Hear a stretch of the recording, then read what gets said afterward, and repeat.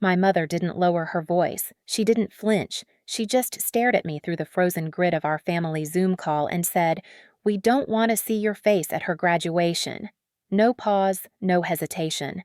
My sister smirked in her little square. My father looked away. And in that moment, every year, I'd carried them quietly, blindly snapped inside me. I didn't argue. I didn't ask why. I simply reached for the one thing they never expected me to take back. Before I tell you what happened next, tell me where are you watching from? And be honest. What would you have done? My name is Amber, and for most of my life I thought keeping the peace meant keeping quiet.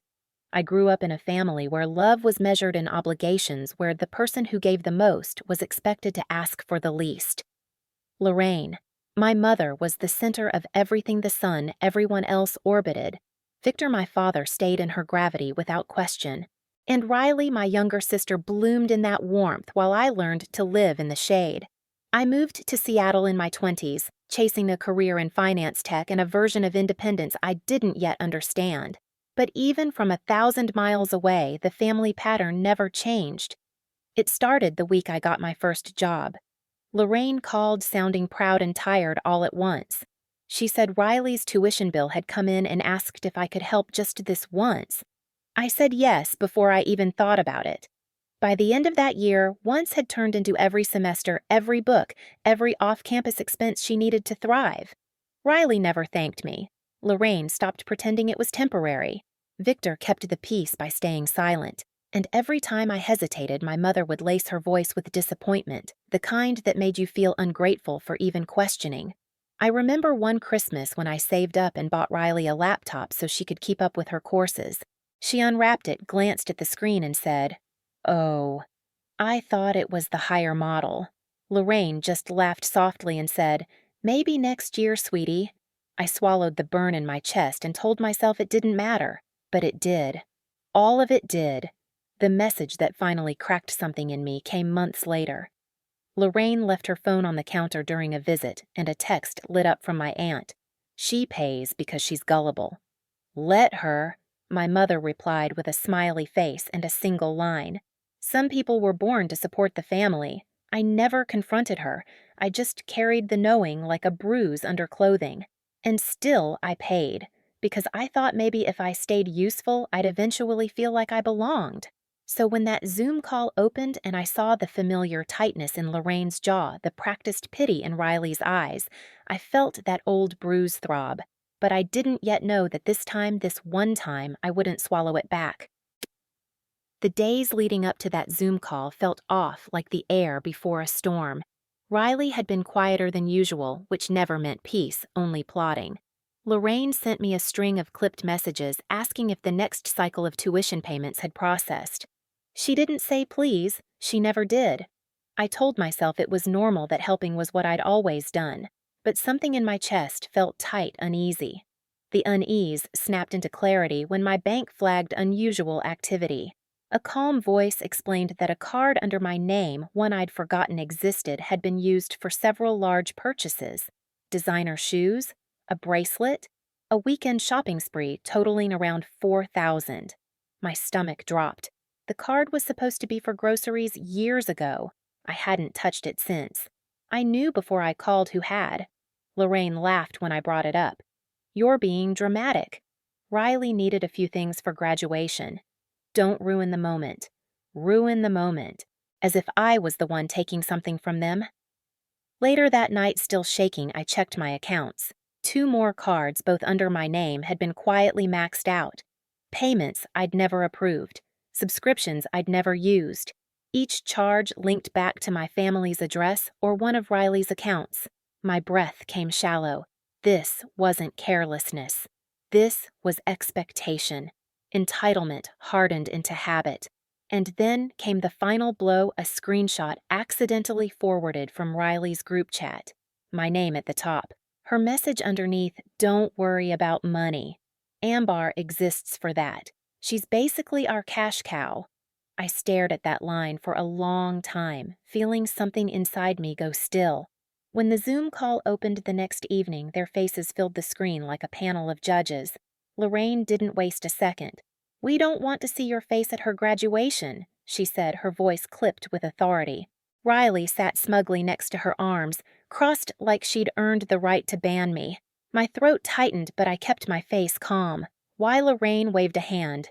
"This isn't about you. Don't make it about you. Riley needs a peaceful day." Riley added, "Yeah, you always make everything tense. Just stay home. It's better for everyone." Victor looked at the floor and said nothing.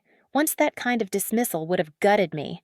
I would have apologized, tried to fix whatever imagined problem they'd created.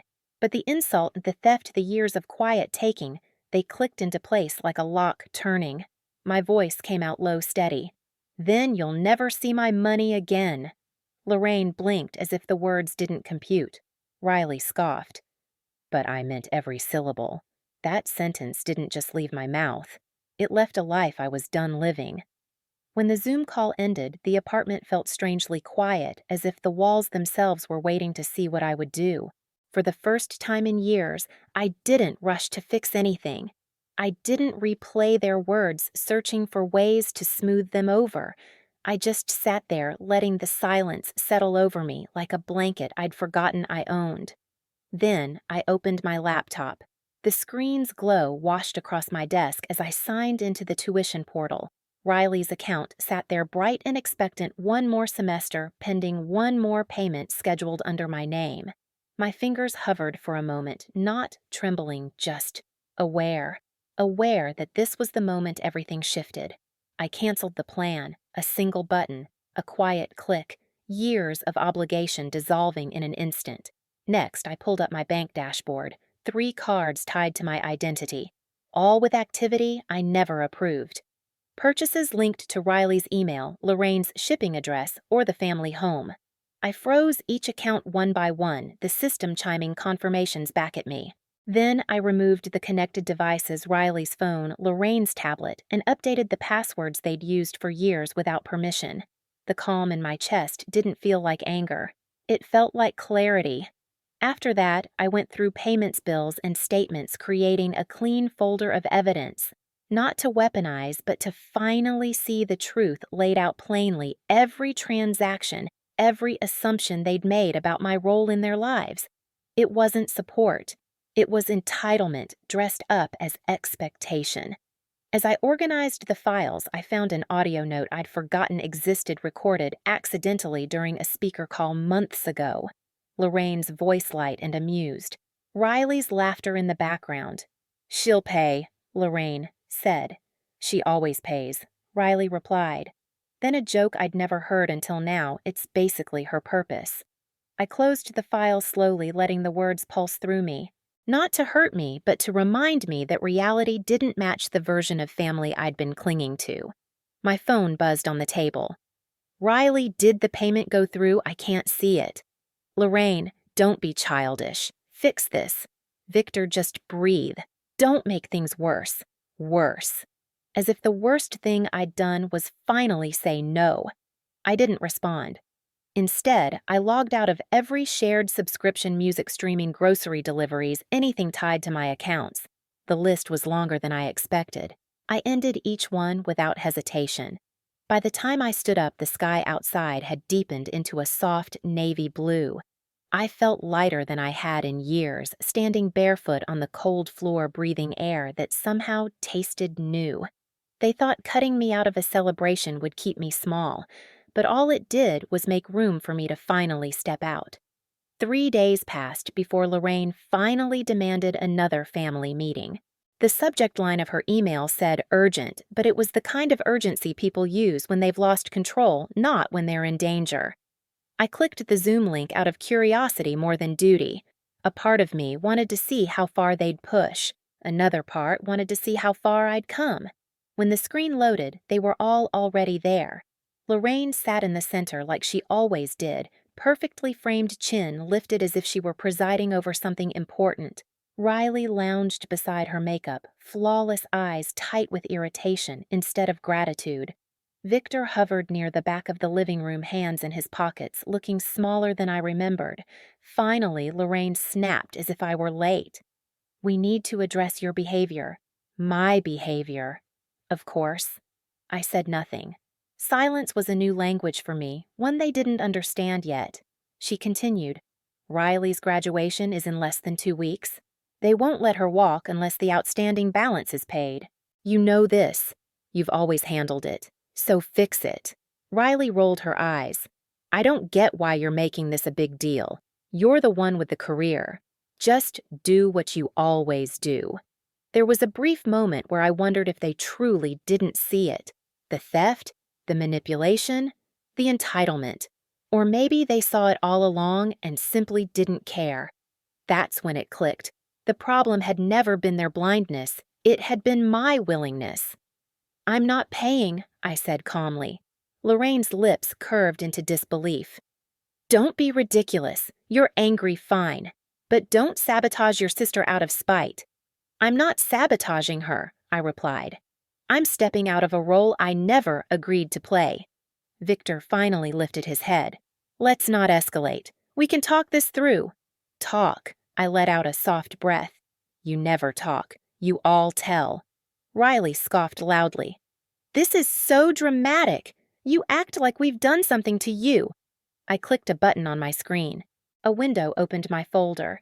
Payments, bills, statements, organized in quiet, damning rows. What is this? Lorraine demanded.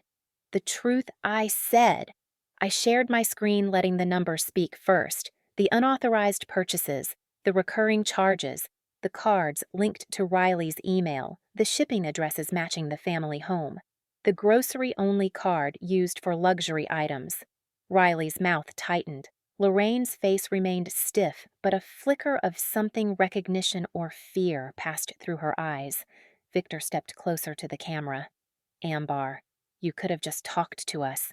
I tried, I said softly. For years. I clicked another file. The audio note played. Lorraine's voice echoed through all our speakers. She'll pay. Riley's laugh followed. She always pays. Then, the line that had rooted itself in me like a splinter, it's basically her purpose. When the recording ended, no one spoke. Even Riley's performative confidence faltered. Lorraine found her voice first. I can't believe you recorded us. I didn't, I said. It was automatic. But I listened. Riley crossed her arms tightly. You're blowing this out of proportion. Proportion, I repeated. You stole my identity. You used my credit. You impersonated me to reinstate the tuition plan. The school emailed me about it. That landed. Hard. Riley's cheeks flushed red. That was a misunderstanding. It was fraud, I cut in, still calm.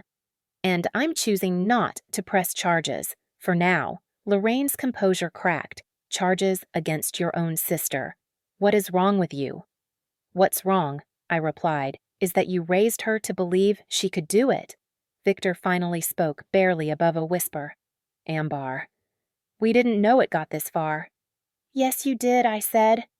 You just didn't want to stop it. Lorraine slammed her hand on the table. Enough! You are not destroying this family because of a few misunderstandings. Riley deserves her moment. You owe it to us too?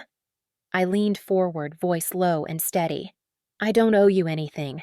The sentence hit them like a physical force. Riley blinked rapidly. So you're just going to let me look stupid on graduation day? You're an adult, I said. Your education is your responsibility. Lorraine shook her head, furious. You've changed. This isn't you. No, I corrected her. This is me without your script. For a moment, the call fell into complete silence. The kind of silence that reveals everything words have tried to hide. Then Lorraine attempted one last tactic, her most familiar one. If you walk away, now don't expect this family to welcome you back. I felt the fear rise, the old conditioned panic of losing them. Then it faded, replaced by something stronger. I'm not walking away from family, I said. I'm walking away from people who never acted like mine. Riley stood up abruptly, knocking something over. You're selfish. Ungrateful. You've always been jealous of me. Jealous of the person who weaponized my generosity. It would have been funny if it hadn't been so sad. I hope someday, I said quietly, you understand the difference between support and exploitation. Lorraine glared at me as if hate alone could force compliance. You'll regret this. Maybe once I would have, but not now. I already did my regretting, I replied. I'm done. I hovered over the leave meeting button, their faces blurred into a single desperate tableau, anger, confusion, fear, all tangled into the same expression they'd worn every time their control slipped. For the first time, I didn't shrink. I wish you well, I said softly, but I'm finished being the one who pays for your peace. Then I clicked the button. The screen went dark. The call ended, and for the first time in my life, something began. In the weeks that followed, the echo of that call settled into a strange quiet. No more demands. No more guilt-laced messages. Just silent sharp at first, then oddly peaceful. The first real update came from the university. A polite notice confirming that due to unresolved payments and an attempted impersonation on the account, Riley would not be permitted to participate in the ceremony. They didn't mention my name, but the implication was clear someone had finally told her no. I didn't celebrate. I didn't gloat. I just sat in my Seattle apartment sunlight slipping across the hardwood floor and let the weight of 8 years lift off my shoulders. A few days later, Victor showed up unannounced. He stood in the lobby like a man who wasn't sure he'd be allowed in. When I opened the door, he didn't try to hug me. He just looked tired. She's devastated, he said. Your mother, she's pretending everything's fine, but it's not. We didn't realize how much we leaned on you. I didn't argue. I didn't soothe him. I simply said, you leaned, because I never stepped aside. He nodded slowly. Are you coming back? I shook my head. Not unless the terms change. He didn't try to change my mind. Maybe for the first time he understood. He left with a quiet goodbye that didn't feel like an ending, just a shift. And for once, the silence he left behind felt like mine. I used to believe family meant endurance, that loving them meant letting myself be drained. But the day they told me I wasn't welcome, I finally understood love without respect isn't love at all. So I walked away quietly, fully, for good. And in that space, I found something I'd been missing my whole life myself. If any part of my story echoes yours, share it in the comments and subscribe so you don't face it alone.